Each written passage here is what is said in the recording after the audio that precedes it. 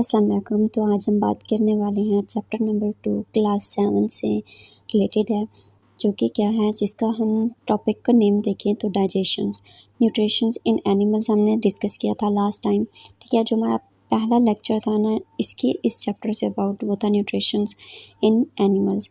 हमने उसमें डिस्कस किया था सबसे पहले कि जो डिफरेंट एनिमल्स होते हैं या डिफरेंट ऑर्गेनिजम्स होते हैं, तो उनके अंदर जो न्यूट्रिशंस का प्रोसेस होता है वो क्या होता है, डिफरेंट ही होता है। ठीक है, मुख्तलिफ प्रोसेस को वो क्या करते हैं, गेन करके अपनी न्यूट्रिशंस इनटेक करते हैं। ठीक है, तो हमने पढ़ा था एनिमल के अंदर, ठीक है, न्यूट्रिशंस का जो प्रोसेस होता है एनिमल्स के अंदर वो किस तरह होता है। तो आज हम डिस्कस करने वाले हैं डाइजेशंस इन ह्यूमन, कि ह्यूमन के सिस्टम्स के अंदर जो डाइजेशंस इन्वॉल्व होती है वो किस तरह से होती है। ठीक है, कौन कौन से सिस्टम्स उसके अंदर इनरोल होते हैं। ठीक है, तो सबसे पहले हम देख रहे हैं डाइजेशंस में, ह्यूमन के अंदर डाइजेशन में, तो वो क्या है हमारे पास, इंजेशंस। ठीक है, इंजेशन क्या होता है, ऐसा प्रोसेस जिसके थ्रू हम फूड को अपनी बॉडी के अंदर इनटेक करते हैं। ठीक है, the process of taking the food in the body. उसके बाद हम देखेंगे डाइजेशंस को। डाइजेशन में क्या होता है कि फूड की ब्रेक डाउन होती है। लास्ट वाले लेक्चर में मैंने आपको बताया था कि किस तरह से जो कम्प्लेक्स सब्सटेंस होते हैं वो सिंपल सब्सटेंस में क्या हो जाते हैं, कन्वर्ट हो जाते हैं। ठीक है, नेक्स्ट है हमारे पास कि देखेंगे अब्जॉर्प्शन। ठीक है, कि अब्जॉर्प्शन किस तरह होती है, यानी कि हमारी बॉडी के अंदर जो बेसिक नीड्स होती हैं वो हमारी खुराक से किस तरह से अब्जॉर्ब की जाती है। Absorptions of digested food by villi, digested food by villi. उसके बाद होता है एसेमिलेशन। ठीक है, कि जो ट्रांसपोर्टेशंस होती है फूड की, ठीक है, transportations of absorbed food to the cell, cell के अंदर उनकी जो अब्जॉर्प्शंस होते हैं वो कैसे होते हैं। उसके बाद है एगेशन, यानी कि रिमूवल ऑफ वेस्ट प्रोडक्ट, तो वो किस तरह से होती है। ठीक है, हमारी बॉडी के अंदर। तो हम बात करने वाले हैं आज, सबसे पहले देखिए ह्यूमन के अंदर तो हम मेन पार्ट कौन कौन से होते हैं। तो जो मेन पार्ट होते हैं ना वो कौन से होते हैं, एलिमेंट्री कैनाल्स। ठीक है, यानी कि इसके अंदर कौन कौन से पार्ट जो होते हैं ना इन्वॉल्व होते हैं। बकल कैविटी हो गया, ठीक है, यानी कि माउथ। उसके बाद एसोफेगस, यानी जिसको हम फूड पाइप भी कहते हैं। उसके बाद स्टमक, उसके बाद small intestine, large intestine, rectum और एनस। ये सारे प्रोसेस जो होते हैं ना इन ह्यूमन के अंदर पाए जाते हैं, जिसके थ्रू फूड की क्या होती है, डाइजेशन होती है। ठीक है, तो आज हम डिस्कस करने वाले हैं सिर्फ बकल कैविटी को। ठीक है, इंशाल्लाह नेक्स्ट लेक्चर में हम स्टेप बाय स्टेप आपको जो है ना ये इनकी सबकी डिटेल बताएंगे और इनको स्टेप बाय स्टेप डिस्कस करेंगे।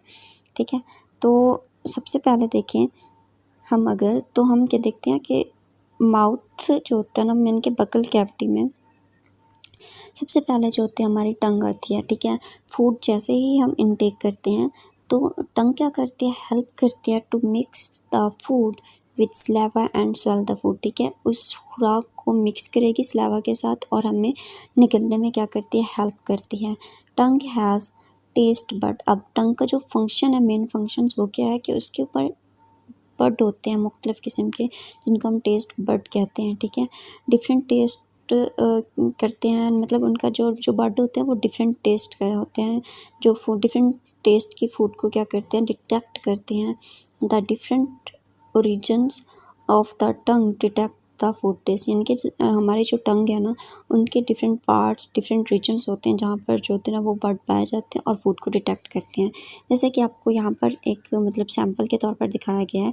सबसे पहले देखें यहाँ पर, यानी कि अगर हम कोई स्वीट्स खाते हैं, ठीक है, कोई भी स्वीट्स अगर हम खाते हैं, किसी भी फ्लेवर की खाते हैं, उसमें स्वीट कम है या मीठा कम है या ज़्यादा है, तो वो हमारे जो ज़ुबान के सबसे पहले मतलब पोर्शन में होते हैं ना, तो वो स्वीट बड होते हैं। ठीक है, जो कि क्या करते हैं, स्वीट को डिटेक्ट करते हैं।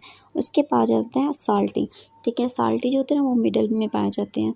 वो क्या करते हैं, जैसे हम कोई नमकीन चीज़ खाते हैं तो उसको क्या करते हैं, डिटेक्ट करते हैं। उसके बाद आते हैं सारो, यानी कि अगर कोई हम खट्टी चीज़ खाते हैं, फिर उसके बाद आते हैं बिटर। तो ये सारे क्या होते हैं, 4 टेस्ट बड पाए जाते हैं हमारी टंग के ऊपर, जो कि फूड को क्या करते हैं, डिटेक्ट करते हैं। ठीक है, उसके बाद अगर हम देखते हैं तो हमारे पास क्या आ जाते हैं, ठीक है, टीथ आ जाते हैं।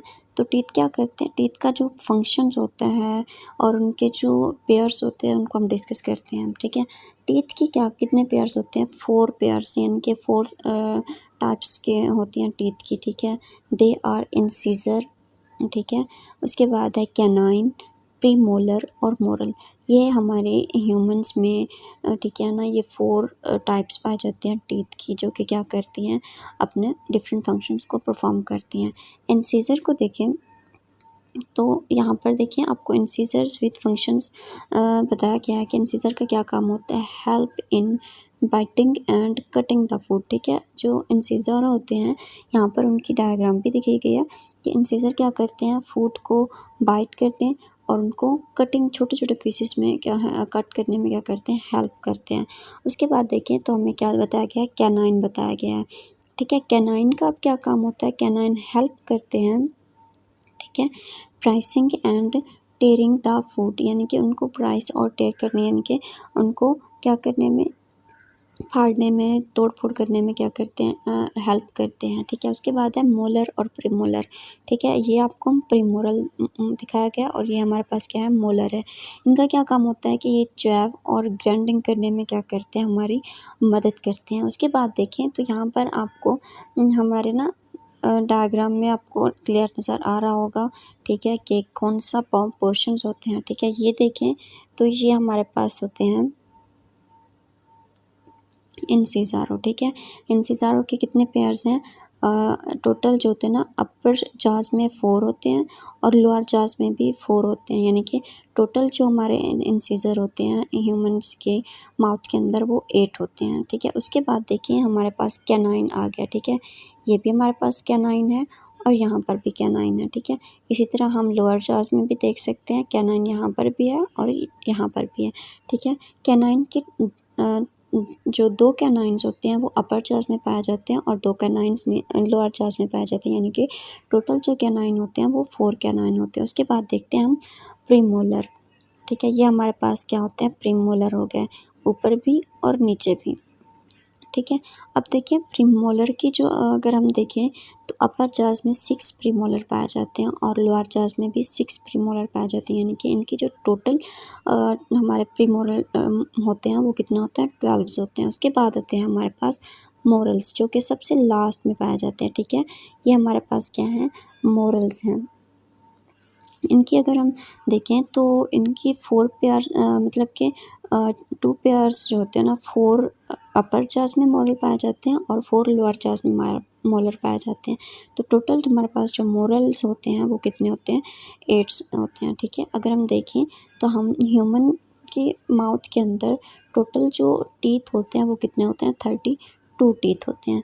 आई होप ये इतना आपको क्लियर हो गया होगा। अगर आपका इनसे रिलेटेड कोई भी क्वेश्चन होता है तो आप कमेंट बॉक्स में क्वेश्चन कर सकते हैं, ठीक है।